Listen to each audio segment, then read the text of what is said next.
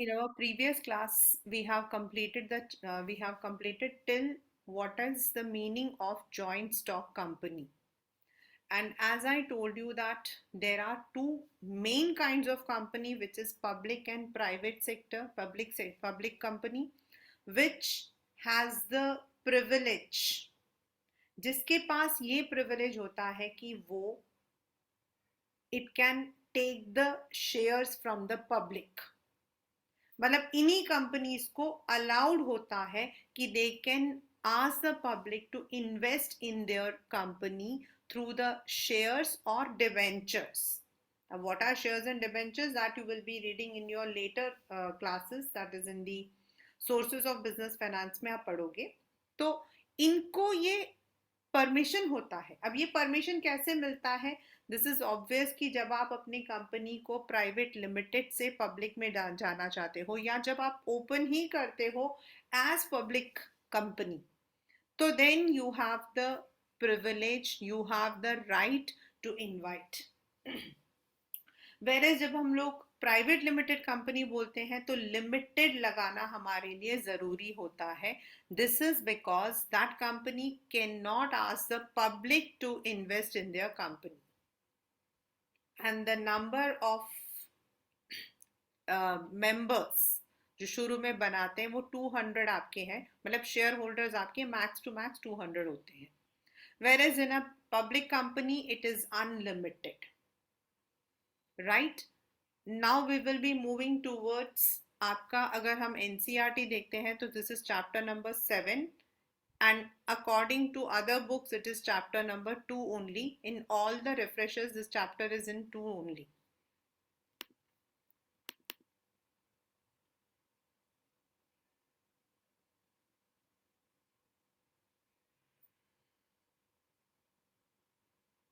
ये जो हमने अभी दो पढ़े थे, public company and private limited company, these are the actual 2013 आपका कंपनी एक्ट के अकॉर्डिंग ये दो आपके अलाउड है. बट पिछले कुछ सालों में हमारा एक आएगा, बाद में आएगा एक कंसेप्ट. बहुत सारे हमारे छोटे छोटे कंपनीज होते हैं, छोटे छोटे बिजनेस होते हैं, which may be a sole, but they don't get the benefits of business. Business वो करते हैं at the micro level, at the medium level. हम लोग इसको MSME बोलते हैं, माइक्रो स्मॉल और medium enterprise. But if they want to legally उसको वो अगर कंपनी के अंडर लेकर आना चाहते हैं तो sometimes they don't get the benefits, क्योंकि प्राइवेट कंपनीज में, मतलब जहां कंपनी बोलते हो, द वर्ड कंपनी आता है, तो they get certain benefits, tax benefits मिलते हैं उनको. Then there is a separate legal entity, मतलब आपकी कंपनी, अगर आपने कोई कर्जा लिया है या फिर आपने कोई चीज खरीदी है, तो यू कैन बाय और sell in the name of the company itself. Whereas sole में क्या होता है, वॉट एवर इट इज आपका अपना माना जाता है. सो इन इस चीज को लेकर 2013 के अंदर one special provision was given, जिसको हम बोलते हैं OPC. और अभी आप तीनों जो हो you are in green way luckily, और ये OPC आपके पेपर में 2 साल पहले भी आ चुका है, when it was introduced, means book के अंदर. ओपीसी का मतलब होता है वन पर्सन कंपनी. अभी आपने पब्लिक कंपनी में पढ़ा था कि आपके मिनिमम डायरेक्टर्स होने चाहिए, 4 होने चाहिए, इसमें 2 होने चाहिए, 3 होने चाहिए. इसमें you don't have such restrictions. A single person could constitute a company under OPC. It is a legal move. क्यों किया गया था? What was the aim of this OPC? The aim of OPC was to encourage micro businesses and entrepreneurship. अभी मैंने आपको बताया था हमारे यहाँ पर मैक्सिमम जो बिजनेस है ना बेटा, they are all under the micro medium and small. तो उनको एक प्रॉपर मतलब उनको एक ऑर्गेनाइज सेक्टर में लेकर आने के लिए there are so many people जो उसको एक प्रॉपर कंपनी का फॉर्म देना चाहते हैं, but they don't want any shareholders, they are not in the position to raise capital from others, they are not in a position to fulfil all the formalities, तब हम OPC को consider करते हैं. In India, in the year 2005, J. Irani expert committee recommended the formation of OBT. मतलब this should be with a simple legal regime through exemption so that the small enterprise is not compelled to devote considerable time, energy and resource on complex legal. मैंने आपको बताया कि अगर आप company बनाते हो तो बहुत सारे सोल प्रोप्राइटर के पास कितना पैसा होता है, then they may not be having that much of capability also. So now what is OPC? One person company is a company with only one person as a member. Means he is the only shareholder. बिल्कुल आपका soul है लेकिन वो company बन चुकी है. Soul में क्या है, you don't have any registration. Sole में क्या है, you don't have any legal formality, लेकिन आपकी कंपनी में you will be given a separate legal entity protecting the personal assets from business liability and perpetual succession. यानी कि आप किसी और को अपनी जगह मतलब कि डायरेक्टर अपॉइंट करके आप अपनी कंपनी को चलाते रह सकते हो. What are the need, what are the features to make, to form an OPC? एक OPC को बनाने के लिए, to form a OPC, आपको क्या क्या करना पड़ता है या फिर क्या जरूरत पड़ती है? The very first is only a natural person who is an Indian and resident shall be eligible to incorporate or shall be a nominee for the sole member of a one person company. मतलब you are not an NRI, आप यहाँ से बाहर चले गए थे, वहां से पैसा है, नो, यू शुड बी यहीं के हो आप and proper naturally your parents are also from here, then you can open. या फिर आपको नॉमिनेट कर रहे हैं एज अ शेयर होल्डर, तो रेसिडेंट ऑफ इंडिया का उन्होंने एक वो भी दे दिया है, ये आपको याद नहीं करना है. No person shall be eligible to incorporate more than a one person company or become nominee. मतलब अगर आपकी एक है तो आप 4-5 नहीं बना सकते. With where a natural person being member in accordance with the rule becomes member in another, then such person shall meet the eligibility criteria in sub rule within a period of 180. मतलब अगर उसके साथ ऐसा कुछ है कि वो he is owning a company और वो दूसरे कंपनी में उसको नॉमिनी बनाया गया है, तो उसको वो क्राइटेरिया पूरा करना है. इसको भी आपको लर्न नहीं करना है. No minor shall become member or nominee. This is there. Such company cannot be incorporated or converted into a company under section 8 of Act. आप इसको बाद में कंपनी के फॉर्म में नहीं कर सकते. दूसरा, you cannot carry non-banking financial investment including investment in securities of anybody corporates. मतलब आप फाइनेंशियल सर्विसेज के अंदर नहीं जा सकते हो इन्वेस्टमेंट एक्टिविटीज में. You can go for the manufacturing, you can go for some other. No such company can convert voluntarily into any kind of company unless 2 years have expired from date of incorporation, except threshold limit increase beyond 50 lakh or the average turnover over 2 crore. मतलब अगर आपकी company का आप जो capital लगा रहे हो वो आपका एक थ्रेशोल्ड होता है. थ्रेशोल्ड मतलब लिमिट होता है paid up share capital.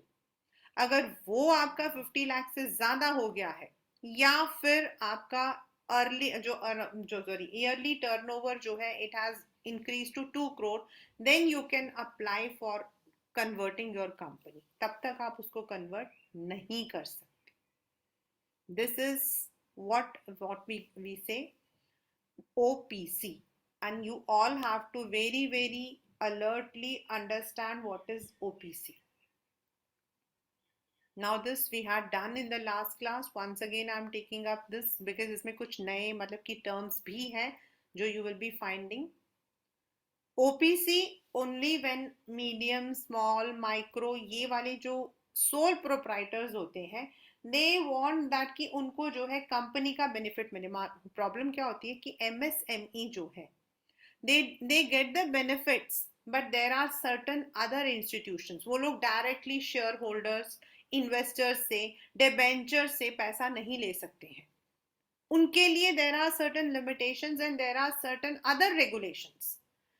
And then अगर हम सोल प्रोप्राइटर कहते हैं यानी कि अ सिंगल ओनर कहते हैं, उसमें प्रॉब्लम क्या आती है कि जो सिंगल ओनर होता है उसके एसेट्स, उसकी लायबिलिटी, सब कुछ उसका खुद का होता है.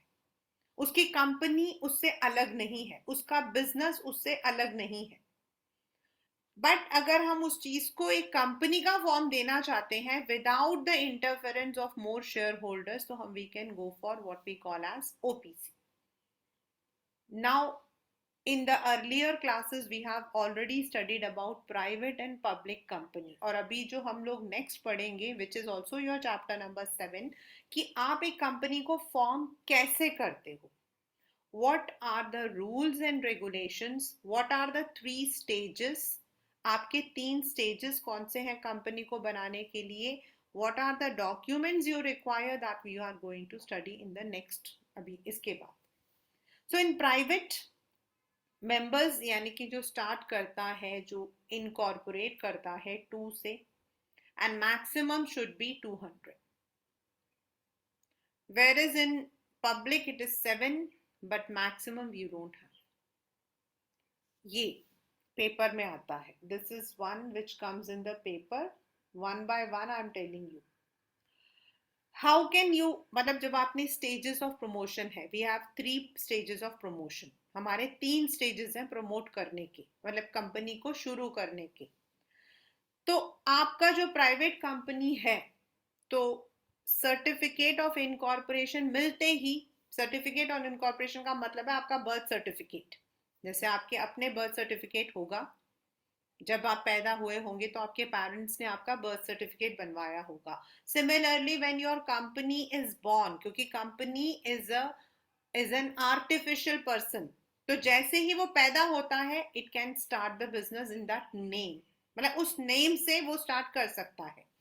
Whereas for a public company एक और स्टेज जाता है, एक और मतलब की रेगुलेशन जाता है, और वो है it has to obtain the certificate of commencement of business. उसको वो वाला सर्टिफिकेट भी लेना पड़ता है. As 2 members हैं तो यहाँ पर मिनिमम डायरेक्टर्स आपके 2 होते हैं, यहाँ पर आपके 3 होते हैं. When you are आपका पेड अप कैपिटल होता है which you have to invest. In a public limited in a private company it is 2 and public it is 1 and it is 5. Now when you are making the people, आपके पास number of members है, जितने भी हैं 200 है, जितने भी हैं उनका आपके पास इंडेक्स होना जरूरी नहीं है. Whereas in a public limited you need to keep. Now ये आपके पेपर में आता. Next, transfer of interest. आपके जब पेपर में क्वेश्चन आता है ना differentiate between private and public, तो उसमें आता है उसका नाम क्या है, minimum members on the basis of commencement of business, transfer of shares, then invitation. अभी पीछे और कर बताऊंगी, 1-2 और आते. When you are not allowed, यहाँ पर क्या है कि आप अपने शेयर्स को दूसरों को दे सकते हो. You can transfer your share, जैसे आपके पास है आपने भी सिस्टर के नाम पे कर दिया, you can transfer. But in public क्योंकि उसमें आपके नाम के साथ शेयर्स होते हैं, आपके नेम के साथ शेयर्स होते हैं.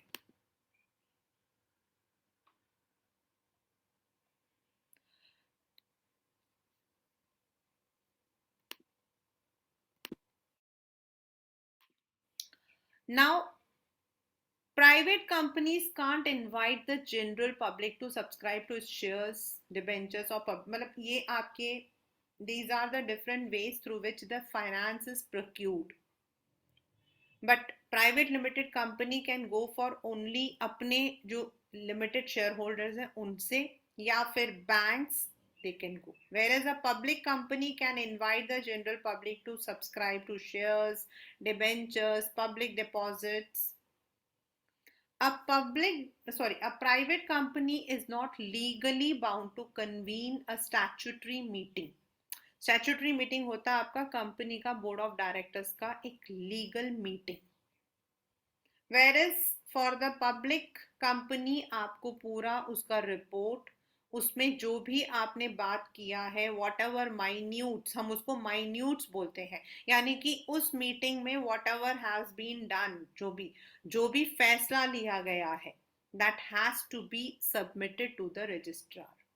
ये वाला आपके पेपर में आता है, ये मैं आपको बता भी चुकी हूं. Essential to use private limited, and इनको लिखना पड़ता public limited. A private company can grant loans to its directors without the approval of central government, but public नहीं कर सकता. Then ये पिछली बार आया था आप ही के स्कूल में, कोरम आप ही के स्कूल में आया था. कोरम का मतलब होता है when there is a meeting conducted, मतलब मैंने मीटिंग बुलाई है तो 2 members have to be personally present. हमारे पास 200 members हैं, उनमें से 2 को तो personally वहां present होना पड़ता है. Whereas in a public limited it is different. 5 members, अगर आपके total members 1000 है तो total members 5000 है तो 15, and 5000 से ज्यादा members है तो 30 members should be present in the annual general meetings जो होती हैं उनमें. जनरल मीटिंग का मतलब होता है जनरली कंपनी के ग्रोथ के बारे में डिस्कस करना. एंड एनुअल का मतलब होता है विच इज डन एनुअली, साल में एक बार. तो the general meeting are conducted to convene to the public कि कैसी कंपनी की ग्रोथ है, अगर लॉस है तो क्या लॉस है, कौन सा सेक्टर में क्या प्रॉब्लम आ रही है, everything is announced. Then in some of the companies annual general meeting में ही आपके डिविडेंड्स भी अनाउंस होते हैं कि कंपनी ने कितना प्रॉफिट बनाया है and how much dividend are they going to declare. So that मतलब कि जब ऐसी मीटिंग्स होती हैं तो इसमें 2 होना चाहिए, उसमें 5, 15 और 30 होना चाहिए. लीगल फॉर्मेलिटीज अभी आप पढ़ोगे. सिर्फ आपके प्राइवेट लिमिटेड में प्रॉस्पेक्टस, स्टैट्यूटरी मीटिंग्स या मिनिमम सब्सक्रिप्शन की जरूरत नहीं होती. But in public limited companies you need everything. Now what is a prospectus, आपके 3 मार्क्स का क्वेश्चन है. व्हाट इज अ प्रॉस्पेक्टस, अभी आप पढ़ोगे, you will be reading it. When a company is floating its share to the public, यानी कि वो company जो है पब्लिक से पैसा ले रही है थ्रू शेयर्स. शेयर्स से वो मतलब कि वो एक शेयर वो बनाएगी एंड इट विल आस्क कि भाई दिस प्राइवेट मतलब कि जो कंपनी है इट इज गोइंग पब्लिक, जैसे अभी जोमेटो हुआ था, नाइका हुआ था. Then they will ask the public to invest in their company. उसके लिए क्या करना पड़ता है, first of all we have to compile a legal document. उसके बाद एक लंबा सा एडवर्टीजमेंट जैसा होता है जिसको हम बोलते हैं प्रॉस्पेक्टस. जैसे आप स्कूल्स में एडमिशन लेते हो तो आपको प्रॉस्पेक्टस मिलता है, वैसा. That prospectus has to be issued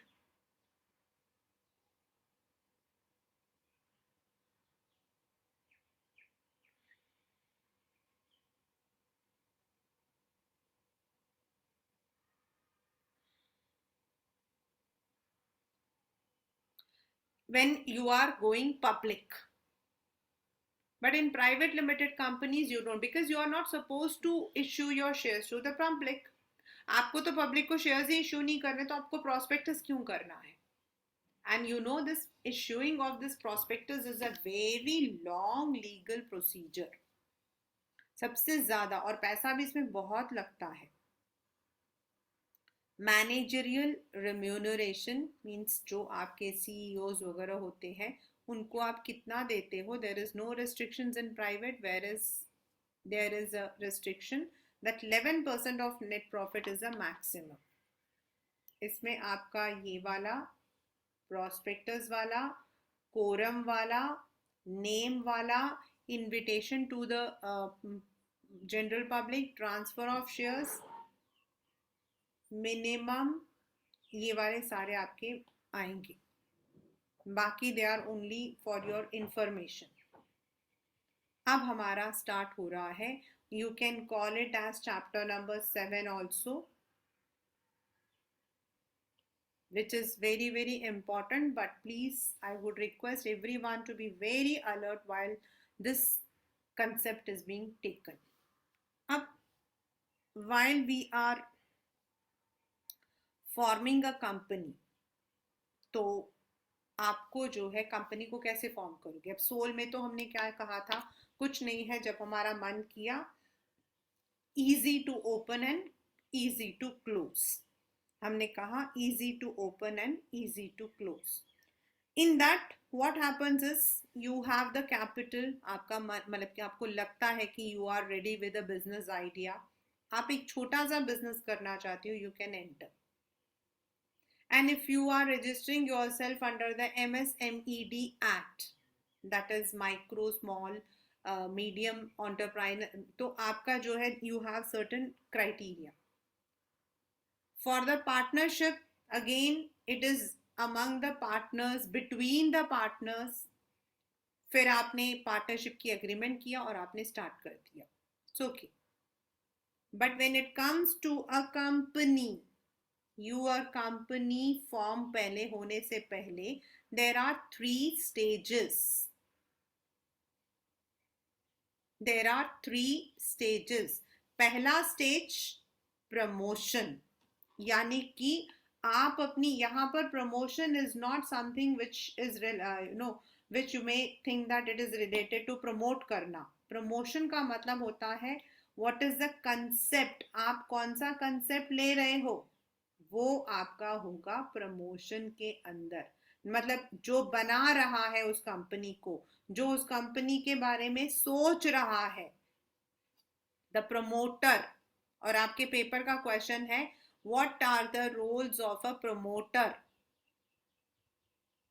Second is आपने उसको एक शक्ल दे दी है, आपने उसको जो है एक लीगल शक्ल दे दी है। You have given a shape to your company, आपकी कंपनी का भी नाम भी आ गया है एंड वो बन गया है legally according to law. Artificial person वो बन चुका है, it has been incorporated. And last but not the least is, ये सब चीजें होने के बाद आपको जो है कैपिटल सब्सक्राइब करना है अपनी कंपनी के लिए। So these are the 3 stages. और आपके पेपर में तीनों स्टेजेस के अंडर जो प्रोसेस है वो अलग अलग आते हैं। रिमेंबर, ऑल द 3 स्टेजेस के अंदर, प्रमोशन के अंदर आप देखोगे व्हाट आर द, प्रमोशन के अंदर क्या है, स्टेप्स इन प्रमोशन, आप ये देख सकते हो। देन आपका जो है इनकॉर्पोरेशन के under steps in incorporation. And last but not the least आपका जो है थर्ड आएगा, that is capital subscription, steps in capital subscription.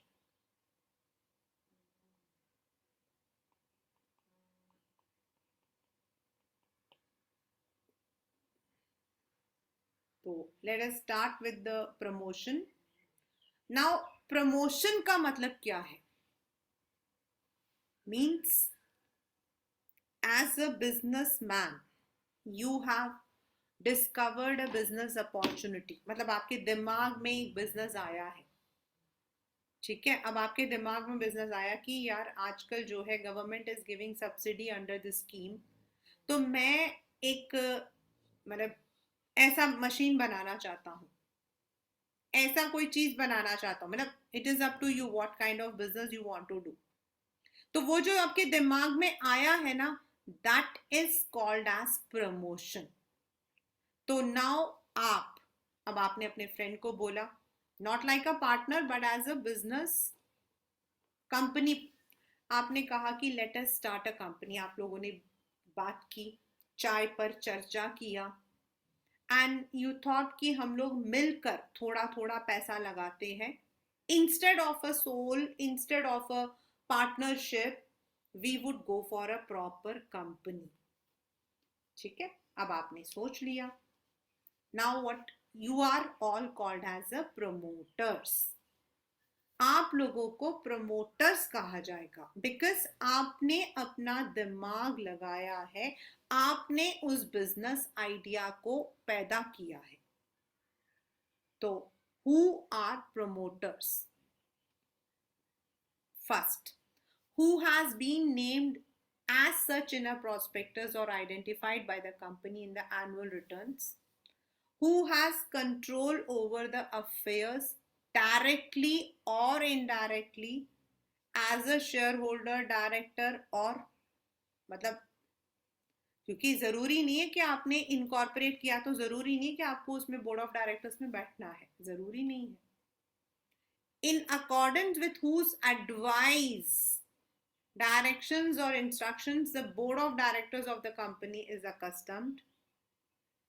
However, it is provided that nothing in the subclause should apply to a person who is acting merely in a professional capacity. अगर आप professional capacity का मतलब होता है आपको company ने रोप up किया है कि आप एडवाइजर बनो, तो आप प्रमोटर नहीं माने जाओगे. एडवाइजर्स भी अपॉइंट होते हैं, but you are not appointed, you are an adviser.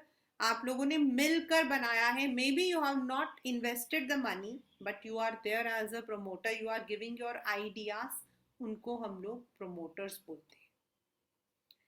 Any person or a group of persons who discover a business opportunity, proceed to form a company is called as promoter. यानी कि उसने वो सारे steps लेने होते हैं, उन्होंने वो सारे लीगल फॉर्मेलिटीज कंप्लीट करना पड़ता है, जिसके अंदर physical resource, financial resource, human resource, ये सारा काम करते हैं.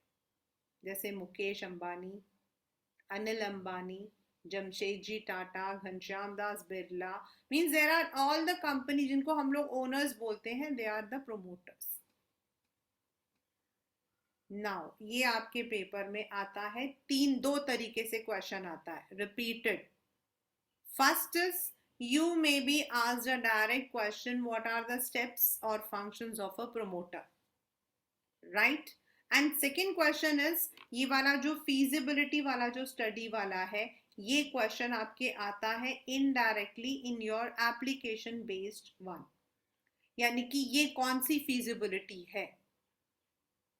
There are two kinds of questions. One is what are the steps in promotion?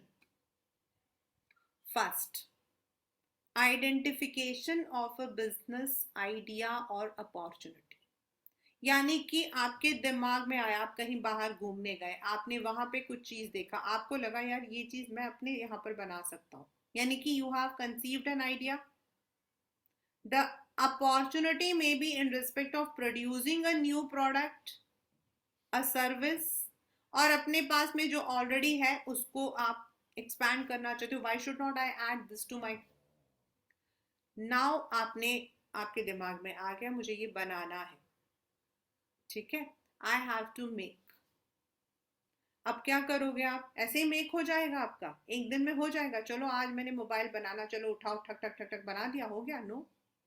Then you have, क्योंकि आपकी चीज को लोगों ने खरीदना है, तो you should also have the money, you should have also see that कि आपकी कंपनी में, मतलब जब आप ले रहे हो तो इकोनॉमिकली वो फीजिबल हो, and there should be appropriate technology. हमारे इंडिया के अंदर there are so many things जो कि नहीं अवेलेबल है. रॉ मटेरियल्स आपको आसानी से नहीं मिलते हैं. You want to make something, लेकिन आपको रॉ मटेरियल्स आसानी से नहीं मिलते हैं, तो you have to talk to different expertise. आपको अलग अलग एक्सपर्टीज से बात करना पड़ेगा. Chartered accountant, cost accountants, architectures, engineers, market analysis, इन लोगों को बुलाना पड़ेगा. इनको बोलना पड़ेगा कि अपने प्रेजेंटेशन दिखाओ. If I am taking this as my product, as my service, तो इकोनॉमिकली ये कितना फायदा होगा. Technically is it possible? Does my company have this much of finance, और मेरे पास लीगल इतना है कि मैं फाइनेंस को ले सकता हूँ? आपको ये चीज करनी पड़ेगी। आपने देखा होगा मूवीज में दिखाते हैं मीटिंग्स में बिजी है, so this is how the meetings are conducted. First is technical feasibility, means sometimes sometimes the idea is favorable but it is not possible to implement because maybe you are not having that technology in with you. It may be due to non availability of technology, raw materials or other inputs. The project would remain technically unfeasible until the technology or other inputs are made available from alternative source. तो आपको पहले पढ़ना पड़ेगा। ऐसा नहीं है ना कि आप टेक्नोलॉजी लेकर तो आ रहे हो but it is to costly, आपको कॉस्ट फैक्टर भी तो देखना होगा। Financial feasibility means every project has some money. आपको पता करना पड़ेगा कि कितना आपको एस्टिमेट फंड चाहिए होगा। Then do you have this much of fund with you, और आपके पास, आपकी कंपनी के पास वो ऑल्टरनेटिव्स हैं कि आप मतलब कि डिबेंचर्स के थ्रू, लोन्स के थ्रू can you take up. Third, economic feasibility means to know the amount of profit expected from the proposed business. Economically वो तभी feasible होगा जब हम जितना पैसा लगा रहे हैं उतना वापस आ जाए। पैसा लगाया है, देखो what happens is we do not know how to, हम एज अ रॉ इंसान हमें नहीं पता मतलब कि हम क्या उसको प्रॉफिट को कैसे कैलकुलेट करें। But when you are talking to the financial experts, when you are talking to the financial analyst, वो लोग आपको बताते हैं कि किसी और ने कितना पैसा लगाया, how much they give their expertise, अपना जो है सजेशंस बताते हैं। If say your company is expecting 10% profit but already आपकी कंपनी में लोन आप लोगे और वो 15% है, तो then economically this is not feasible. एक रिटर्न भी तो आना चाहिए ना, जब आप पैसा लगा रहे हो मशीनों पे, उसका नाम क्या है, लेबर्स पे, सब पे, तो आपको उतना रिटर्न भी तो आना चाहिए। So you have to study the economic feasibility also. So this is the work of the promoters, और कोई नहीं करेगा। And once you find that this particular project, this particular idea आपका टेक्निकली, फाइनेंशियली, इकोनॉमिकली बिल्कुल ठीक है, आपकी company उस प्रोजेक्ट को ले सकती है, आपकी कंपनी उस चीज को बना सकती है, फिर आप जाओगे नेक्स्ट स्टेप पर, दैट इज नेम। नॉर्मली हम लोग 3 नेम लेकर चलते हैं, वी टेक 3 नेम्स, राइट। ये देखो, for this 3 names are given in the registrar office in order of preference. अब आप select करते हो, there are different ways how you, मतलब आप अपने उसको, जैसे रिलायंस ने कैसे रखा है, हिंदुस्तान यूनिलीवर ने कैसे रखा है, if we look into Tata का अगर आप देखते हो तो उनके अलग अलग है। तो how do you keep your name? You have to submit an application to the registrar of company. जिस स्टेट में आप अपना रजिस्टर्ड ऑफिस रखोगे वहां पर। Now it should not be similar or should not be same. 3 आप नाम दोगे एंड जो भी आपका नाम अप्रूव होगा that you can take as your company's name. अब आपका नाम, आपने अपनी कंपनी का भी नाम भी सेट कर दिया है। Third is fixing up of the signatories, यानी कि जो साइनिंग अथॉरिटीज होते हैं। सी, एक बार कंपनी स्टार्ट हो जाती है तो the promoters are not going to sit in the office, वो बिजनेस मीटिंग्स में जाएंगे, अलग अलग चीजों में जाएंगे। तो then who will be signing all the documents? Then जब हम लोग मेन डॉक्यूमेंट्स बनाएंगे, MOA and AOA, so the promoters have to decide ki the members who will be signing the MOA, they are also called as the first directors of the company. जो लोग करते हैं उनको हम first directors कहते हैं. The written consent of signatories to act as director and to buy qualification shares is necessary. Now, what is qualification shares? मतलब अगर आप डायरेक्टर बनना चाहते हो तो आपको मिनिमम नंबर इतना पैसा तो इन्वेस्ट करना पड़ेगा, इतने नंबर ऑफ शेयर्स आपके नाम पर होना चाहिए. Qualification share means if you want to act as the director of the company, then minimum इतने shares आपको hold करना पड़ेगा. In case of a public company, the memorandum must be signed by 7, and if it is a private, then 2. Then आपको जो है auditors, bankers, इनको भी appoint करना है, and उसके लिए you have to help them in preparation and submission of necessary documents. Then आपके necessary documents क्या हो गए? MOA, AOA, consent of directors. ये consent of directors वो रिटर्न में लिख कर देगा कि I want to act as a director, मैं minimum qualification shares को खरीदने के लिए तैयार हूँ. All these have to be given. तो जो ये 6 steps हैं, these we take into the promoter's functions. This can come as a direct question, or you may be given the application based जिसमें आपको technical, economic and आपका जो financial feasibility है वो आपको पढ़ने के लिए बोला जाता है.